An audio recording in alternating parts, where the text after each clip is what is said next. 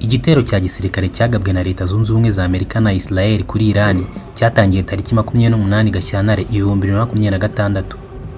Mu ntangiriro z'ibitero, indege z'intambara z'ingabo zirwanira mu kirere za Israel zirimo izitwa F-15 Eagle, F-22 Raptor ndetse na F-35 Lightning ya kabiri zagabye ibitero ahantu hatandukanye muri Iran zirasa ibisasu. Leta Zunze Ubumwe za Amerika zinjiye muri icyo gikorwa zirasa ibisasu bizwi nka Tomahawk byo mu bwoko bwa cruise missile ndetse zinagaba ibitero by'indege. Nk'uko raporo z'igisirikare zibivuga, Leta Zunze Ubumwe za Amerika ziteguye kugaba ibitero bya gisirikare kuri Iran kuva mu kwezi kwa mbere k'uyu mwaka. Muri iki kiganiro tugiye kukubwira ku iperereza ryakozwe ku bwoko bw'intwaro n'ubushobozi bwo kurwana byakoreshejwe mu masaha 48 ya mbere y'igitero kuri Iran.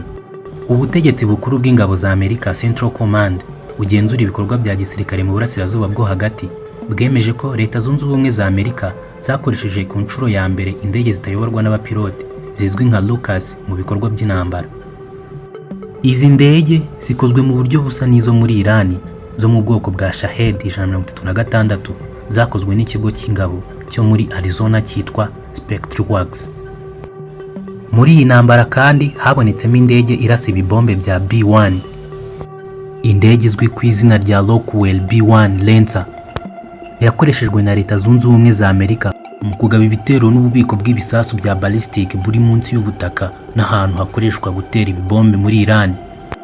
Gusa ingabo za Amerika zo zaravuze ati ko ibitero byagabwe n'indege zo mu bwoko bwa Rockwell B-1 Lancer zitera ibisasu kure ziva muri Leta Zunze Ubumwe za Amerika zigera muri Iran, kandi ko indege 3 zagize uruhare muri icyo gitero. Katujye ku ndege ya B-2 Spirit, indege zirasa bombe kure. Iyi B-2 Spirit yakozwe na Northrop Grumman, ni imwe mu ndege z'intambara ziri ku rwego rwo hejuru cyane mu gisirikare cya Amerika mu ngabo zirwanira mu kirere. Leta Zunze Ubumwe za Amerika zakoresheje indege enye zo muri ubu bwoko mu kugaba igitero ku nyubako za nuclear za Iran. Bivugwa ko iyo ndege yagurutse amasaha agera kuri 37 ivuye ku kigo cy'ingabo zirwanira mu kirere cya Whiteman muri Leta Zunze Ubumwe za Amerika igaba igitero muri Iran.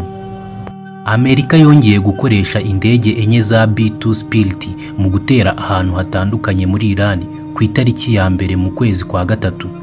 Nk'uko byatangajwe n'uwakoze iyi ndege, avuga ko B-2 ishobora gutwara ibiro bigera ku 18,000, ariko ingabo zirwanira mu kirere za Amerika zavuze ko B-2 yigeze gutwara indege ebyiri za GBU 57A-B Bunker Boosters hamwe zifite ibiro bigera kuri 27,200.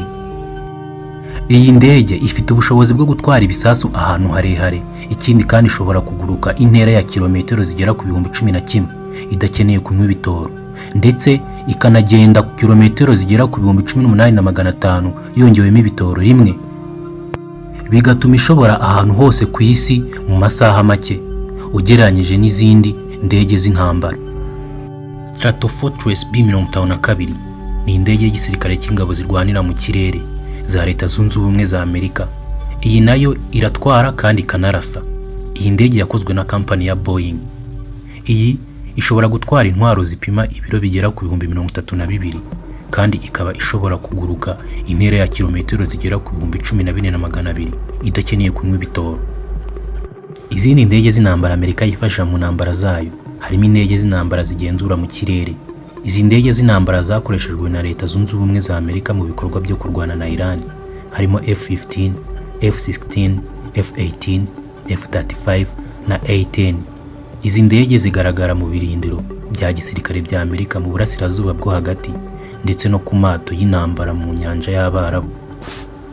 Hakaba hari ayandi makuru ko hari indi ndege yo mu bwoko bwa EA-18 Growler zifite ubushobozi bwo guhagarika itumanaho ry'abanzi n'uburyo bwa radar, nazo zakoreshejwe mu bikorwa byo kurwana na Iran. Hagati aho, Leta Zunze Ubumwe za Amerika zakoresheje kandi indege zo mu bwoko bwa Airborne Air Warning and Control, indege zo mu bwoko bwa PA Maritime and Surveillance, n'indege zo mu bwoko bwa Airborne Communication Relay mu bikorwa byazo byo kurwana na Iran. Ikindi kandi Leta Zunze Ubumwe za Amerika zohereje indege nyinshi zo mu kirere zo mu bwoko bwa KC-46A, KC-135R na KC-135T ziha izindi ibitoro kugira ngo zikomeze ibikorwa byazo byo mu kirere. Katuvuge no kuri drone zo mu bwoko bwa MQ-9. Leta Zunze Ubumwe za Amerika zagabye igitero muri Iran zikoresheje indege zitagira abapilote zo mu bwoko bwa MQ-9 Reaper. Zishobora kugenzura ndetse no kugaba ibitero. Drone yo mu bwoko bwa MQ-9 Reaper yakoreshejwe na Amerika mu gitero kizwi cyane cyo kwica umwe mu bakuru b'ingabo za Iran, General Qasem Soleimani muri Iraq mu 2020.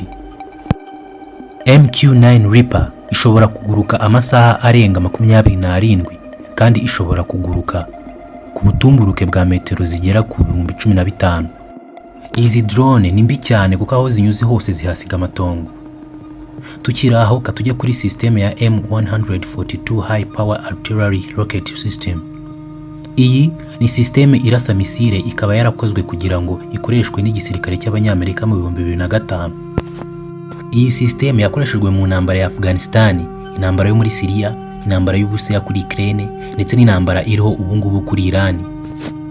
Ubu buryo bwa misile bufite agaciro ka miliyoni 20 z'amadolari y'Amanyamerika. Ushobora gutwarwa gusa n'indege za C-17 Globemaster, C-5 Galaxy na C-130 Hercules. Izi nazo iyo zikandagiye ku butaka icyo zikora ni ugukubura. Katujye ku bwato butwara indege za gisirikare USS Abraham Lincoln bwajyanywe mu burasirazuba bwo hagati ibyumweru 5 mbere y'uko Amerika itangira ibikorwa byo kurwana na Iran. Benshi bahise batangira kunuganuga ko Amerika igiye gutangira ibitero byayo kuri Iran. USS Abraham Lincoln ni ubwato bwa gatanu bwo gutwara bukanahagurukiraho indege zo mu bwoko bwa Nimitz bwitiriwe uhoraho ari Perezida Abraham Lincoln. Ubu bwato bukoresha ingufu za nucleaire, bufite abakozi 5,600 bahoraho kandi bushobora gutwara indege 90. Hagati aho ubwato bw'intambara bwa USS Gerald R. Ford ni ubundi bwato bunini bw'intambara bwa Amerika, nabwo bwakuwe aho bwakoreraga mu nyanja ya Caraïbe bugana mu burasirazuba bwo hagati. Ubu bwato nabwo bwitiriwe Perezida 38 wa Leta Zunze Ubumwe za Amerika. Bufite ubushobozi bwo gutwara indege 74 z'intambara kandi bufite abakozi bagera ku 4,600. Uretse aya mato manini y'ubwikorezi bw'ibikoresho by'intambara kandi nayo ashobora kuratsirwaho ibisasu, Amerika yohereje andi mato menshi y'ibitero ashobora kurasa ibisasu bya Tomahawk. Iki kiganiro nanga tugisubikiye. Kora subscribe kugira ngo ukurikirane ibiganiro nk'ibi ngibi. Mwakoze kutwumva.